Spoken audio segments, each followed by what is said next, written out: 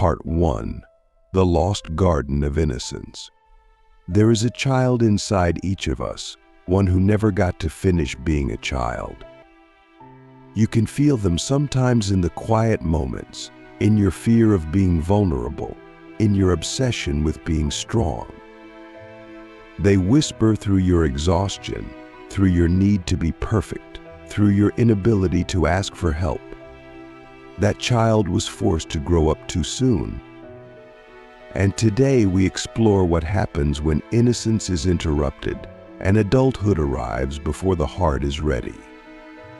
You're not just watching a video, you're stepping into a mirror that may reflect something you've long buried, the heavy silence of a child who had to become the parent, the protector, the peacemaker. Maybe you were the one who held your siblings while your mother cried in the other room. Maybe you were the one who noticed when the bills weren't paid, when the fridge was empty, when the lights went dark. Childhood wasn't a sanctuary, it was a battlefield. And you were drafted before you even learned how to spell your name. In the first few minutes of your life, your nervous system was shaped not by your thoughts, but by the world around you. The philosopher and psychiatrist R.D. Laing said, what we call normal is a product of repression, denial, splitting, projection, introjection, and other forms of destructive action on experience. Children who grow up too fast learn to repress their needs, deny their feelings, split their identities. They become what the world needs them to be, not what their soul longs to express. And this adaptation becomes a mask they forget they're wearing. But what is the cost of becoming an adult before your time? The cost is subtle, invisible, and devastating. You learn to function, but not to feel. You learn to protect others, but not to receive protection. You learn to survive, not to live.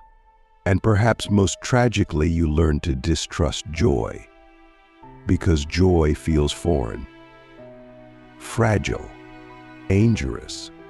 When your childhood taught you that safety is a myth, joy becomes something temporary, a threat to your control. Let me ask you something. When was the last time you let yourself be held without earning it? Without apologizing for it? Without calculating its cost? Most people who grew up too fast don't know how to receive love. Not because they don't want it, but because love requires surrender, and surrender feels like death to the child who had to stay in control to survive. This is not weakness. This is trauma in disguise. Trauma, by definition, is not what happened to you. It's what happened inside you in response to what happened. A child who grows up too fast may not have visible scars, but the inner architecture of their psyche is altered. They become hyper-vigilant, scanning every room, reading every facial expression, anticipating every explosion. They become emotional shapeshifters, smiling when they feel dead inside, nurturing others when they're the ones who need to be held. Click subscribe to this channel to get more profound insights. And here's where psychology meets philosophy. What does it mean to grow up when your soul hasn't been given time to breathe? Plato said that education is not the filling of a vessel, but the kindling of a flame. But for these children, life was not about kindling, it was about containment. Their flame was buried. Their questions were silenced. Their curiosity was replaced with responsibility. And so they entered adulthood with a wound they couldn't name, a grief they couldn't explain. Let's accelerate the story. Picture this child at age 7 making dinner because no one else will. At 10, mediating their parents' arguments. At 13, staying up late worrying about rent. The world sees them as mature for their age, but what it doesn't see is the cost of that maturity. The sleepless nights, the dissociation, the inability to play without guilt. They don't just lose their childhood, they lose the right to be soft.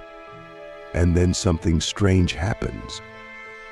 They grow up, but they don't feel grown. They're responsible, but not whole. They're capable, but not connected. They may succeed in the world, become high achievers, caretakers, leaders, but inside, there's a frozen child waiting for permission to exist. That child doesn't want to be strong. They want to be seen. They want to cry without shame. They want to laugh without fear. At the 3-minute mark in this story, let's meet a guide. Not a person, but a realization, a voice that begins to whisper in their soul, you were never meant to carry it all. It comes not as a lightning bolt, but as a quiet ache, in therapy, in a poem, in the arms of someone who doesn't demand anything. That voice doesn't shout. It doesn't criticize. It simply reminds them that their childhood was stolen, and it's okay to grieve what they never had. This is the mystical moment. The moment when the child within begins to stir. Not to reclaim the past, but to reclaim presence, and to say, I exist, I matter, I can be held. And when that happens, the adult begins to soften. The armor begins to crack. The tears come not because they're weak, but because they're finally safe. But here's where the stakes rise, because awakening the inner child is not easy. It is, in many ways, more painful than repression. Why? Because it requires feeling everything you spent a lifetime avoiding: guilt, rage, loneliness, and perhaps most terrifying of all, longing. Longing for the mother who couldn't nurture, the father who was never there, the home that never felt like home. That longing is ancient, and it is holy. Nietzsche once said, in every real man, a child is hidden that wants to play. And yet, how many adults do we see who have forgotten how to play? Who treat joy like a transaction, rest like a reward, love like a performance? That is the legacy of premature adulthood. It robs the soul of spontaneity. It replaces wonder with worry. And it teaches you to fear your own needs. Let's go even deeper. The child who grew up too fast often carries an unconscious belief: if I stop being strong, I will be abandoned. This belief is not logical. It is somatic. It lives in the body. It drives perfectionism, people-pleasing, over-responsibility. And until it is healed, it will sabotage every relationship, every dream, every attempt at self-love. So what do? We begin by honoring the pain, not fixing it, not rushing it, but sitting with it like a sacred guest. We create space through therapy, through journaling, through silence for that child to speak.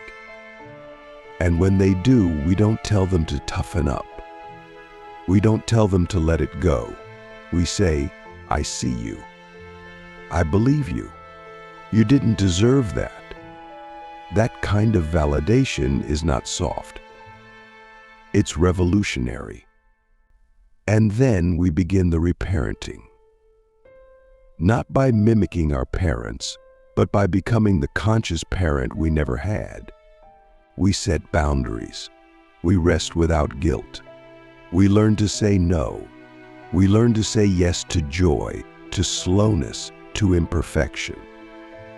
This is not regression, it's restoration. It's the return to a self we never got to be. Let me leave you with a question, one that may haunt you in the best way. If you had been given all the love, safety, and freedom you needed as a child, who would you have become? Not what job would you have, not what success you'd reach, but who would you be? How would you walk? How would you breathe? How would you love? That version of you still exists. They are not in the past. They are buried under the rubble of survival. And the journey now is to dig. Part 2, the armor that weighs 1,000 tons. By now, you've met the child within the one who was never allowed to be a child. You've heard their silent cries, their haunting longings, their invisible burdens. But now, we must look directly at what they became. Because when a child is forced to grow up too fast, they don't just lose innocence, they build armor. And that armor doesn't just protect them, it imprisons them. This is the psychology of that armor, how it's forged, how it hardens, and how to begin the slow, painful process of taking it off without falling apart. Most of us walk around with invisible shields. You might call it independence, competence, toughness. But if we peel back the labels, what we often find is fear. Fear of being seen as weak. Fear of being dependent. Fear of being too much or not enough. The child who grew up too fast learns this early vulnerability is dangerous. So they replace it with hyper-functioning, with caretaking, with control. Their body grows, but their nervous system stays on high alert. Let's be honest, this armor works. It gets results. It makes you dependable, resilient, admired.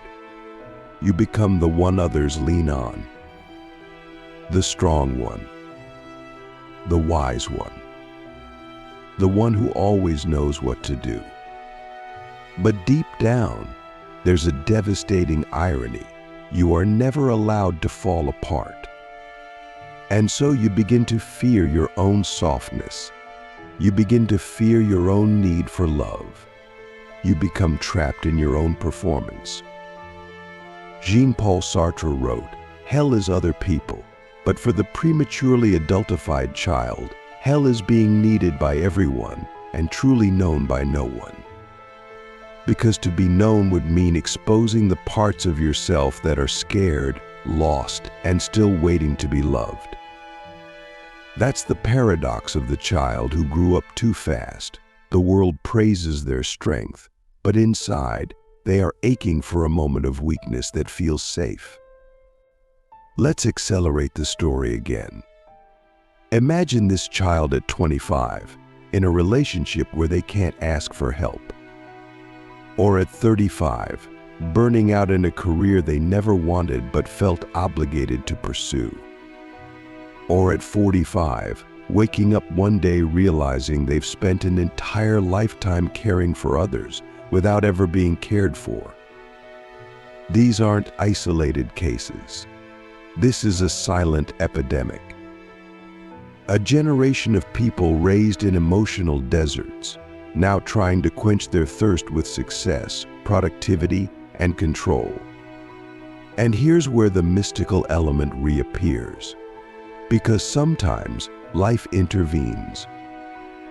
It sends a breakdown, a betrayal, a burnout. Not as punishment, but as invitation. An invitation to break the shell, to feel what's been buried, to return to the self that never got to grow organically. This is what Carl Jung called individuation, the process of becoming whole.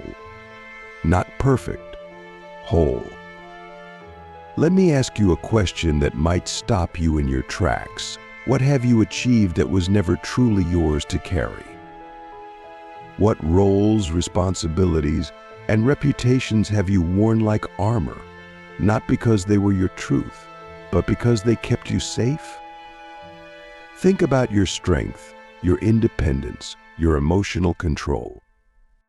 Are they expressions of your essence, or are they survival strategies? The philosopher Soren Kierkegaard said, "The most painful state of being is remembering the future, particularly the one you'll never have." When we grow up too fast, we build futures on foundations that were never ours. We make choices from fear, not freedom. And then one day we wake up in a life that feels successful on the outside but hollow within. That hollowness is not failure. It's the soul whispering, "There's more." And this is where healing begins, not with a dramatic revelation, but with a quiet return. Returning to your breath, to your body, into the child within who was never allowed to speak. Healing is not about fixing yourself. It's about meeting yourself with compassion, with patience, with truth. You begin to ask, what if I didn't have to be so strong all the time? What if I could be held too? At the 6-minute mark of this inner journey, a second re-engagement occurs. Not from the outside world, but from within. An inner rupture, a vision, a memory. You see yourself at 6 years old, holding in your tears because no one had time to hear them. You feel the tightness in your chest when someone offers you kindness and you don't know how to receive it. And maybe, for the first time, you don't push it away. You let the tears come. You let the armor crack. This is not regression. This is resurrection. The resurrection of your original self, the one before the world told you who to be. The one who laughed without guilt, dreamed without fear, needed without shame. In that child still lives in you, and they are not a weakness. They are your compass. But this work is not linear. There will be days when you revert, when the armor feels safer, when softness feels like exposure. That's okay. Healing is not about perfection. It's about integration. You don't get rid of the strong one. You invite the strong one to rest. You don't destroy the protector.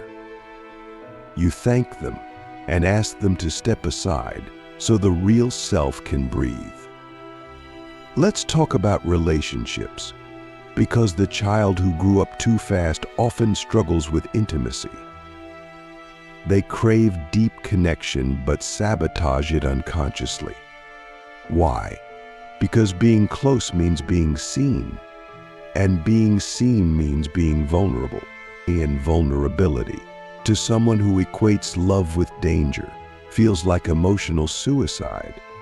So they push people away, or they fuse with them, or they stay in control, all to avoid the terrifying possibility of being abandoned again.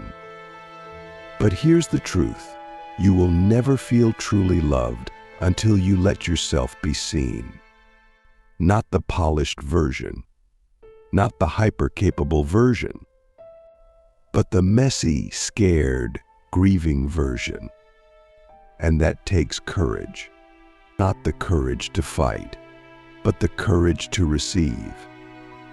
That's the final frontier for the prematurely adultified child. Not to do, but to allow. Not to protect, but to trust. Trust is the antidote to the armor. Trust in the present moment. Trust in your own worth. Trust that you don't have to earn love through suffering. And that kind of trust doesn't come all at once. It comes through small acts of rebellion against the old program. Saying no when you used to say yes. Resting when your mind screams to keep going. Asking for help without apologizing. And here's the great paradox. As you begin to soften, your real strength emerges. Not the strength of endurance, but the strength of authenticity. The strength to say, I am enough as I am, even with my wounds. That's the kind of power the world doesn't understand but desperately needs. Let me leave you with this. What if the strongest thing you could do is let someone love the parts of you you've spent a lifetime hiding? What if healing isn't about becoming better, but about becoming you?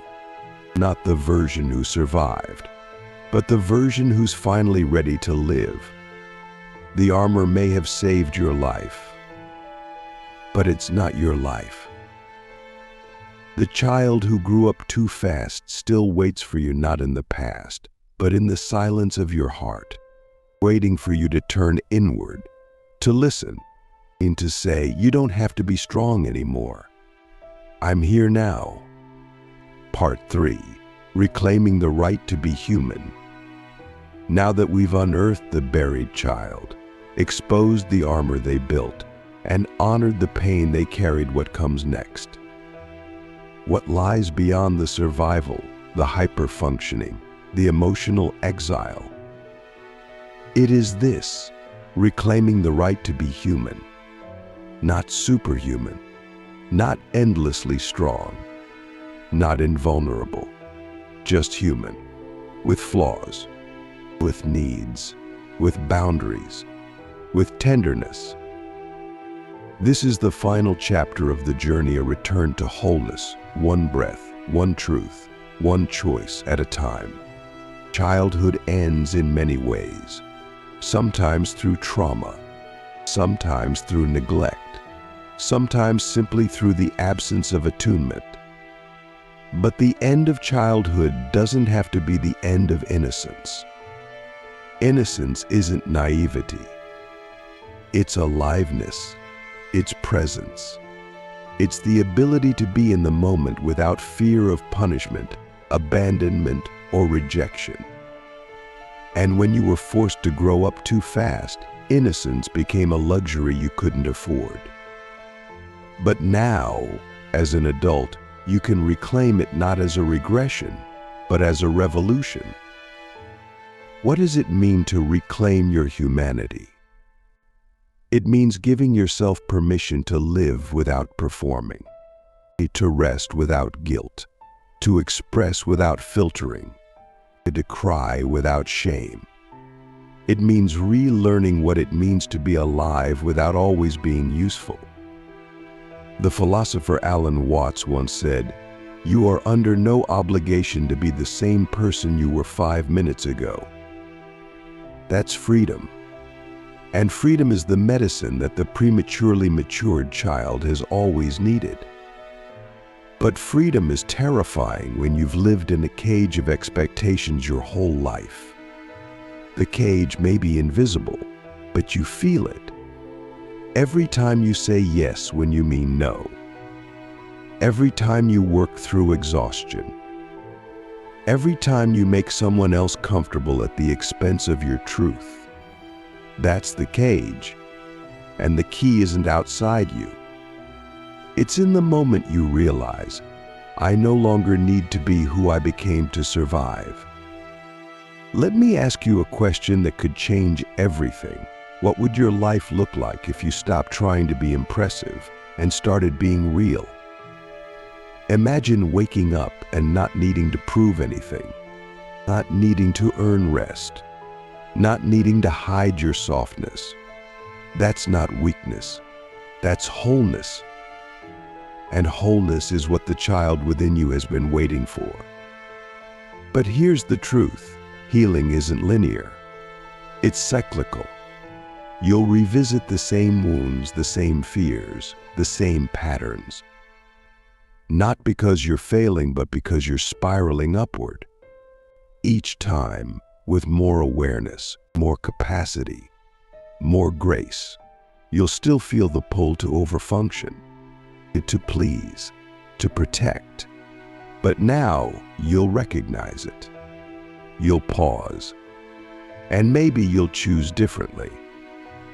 This is what it means to reparent yourself, not just through affirmations or self-care routines, but through embodied choices. Choices like resting when your trauma tells you to keep going, speaking up when your past tells you to stay quiet, letting someone in when your fear tells you to shut down. These are not small things. They are acts of rebellion against a system that taught you your worth was conditional. As philosopher Simone Weil wrote, attention is the rarest and purest form of generosity. And what if, now, you gave that attention to yourself? Not your productivity, not your perfectionism, but your being, your breath, your body, your inner child. That kind of presence is healing in its rawest form. It says, I matter even when I'm not performing. I matter even when I'm not fixing. I matter even when I'm simply being. Let's talk about grief. Because to reclaim yourself, you must grieve the self you never got to be. The childhood you never had. The protection you never received. That grief is sacred. Don't rush it. Don't bypass it. Let it wash over you like a storm that knows exactly where it needs to go. Let it break the dam. Let it soften the armor. Let it make space for something new. And then from that space, ask this: who am I becoming now that I no longer have to survive? That question is not about reinvention. It's about remembrance. Remembering the parts of you that were buried under years of survival. The artist, the dreamer, the lover, the playful one, the one who dances in the kitchen, the one who cries at sunsets, the one who believes in magic. They're still there, waiting, watching, hoping. Now comes the integration.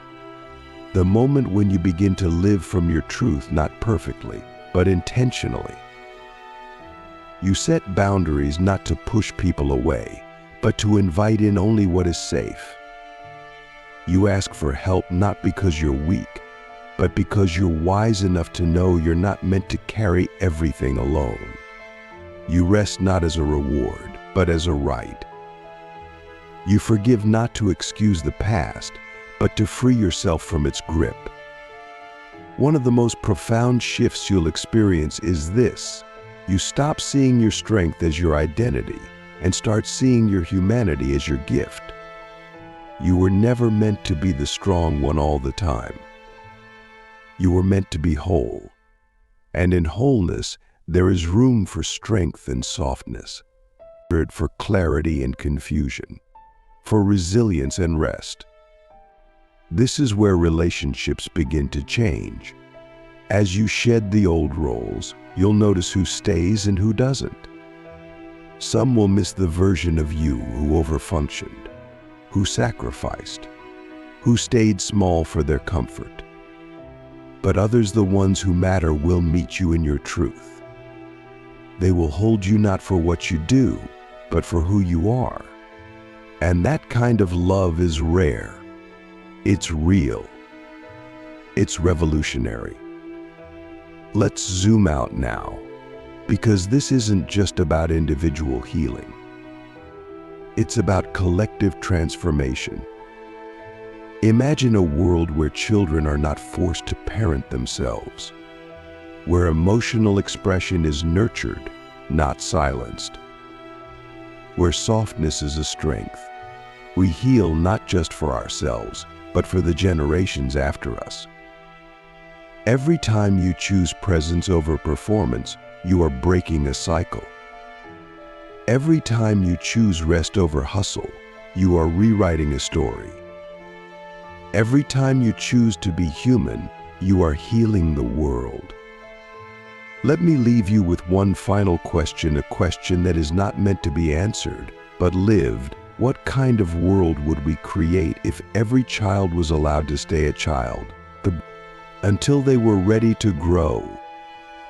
What kind of adults would we be? What kind of love would we share? What kind of lives would we choose? You are not broken. You are not behind. You are not too late. You are exactly where you need to be to begin again. Not as the child who had to survive, but as the adult who now gets to thrive. So take off the armor. Let yourself be held. Let yourself be loved. And most of all, let yourself be. Because the psychology of the child who grew up too fast doesn't end in tragedy. It ends in rebirth, and the world is waiting to meet the real you.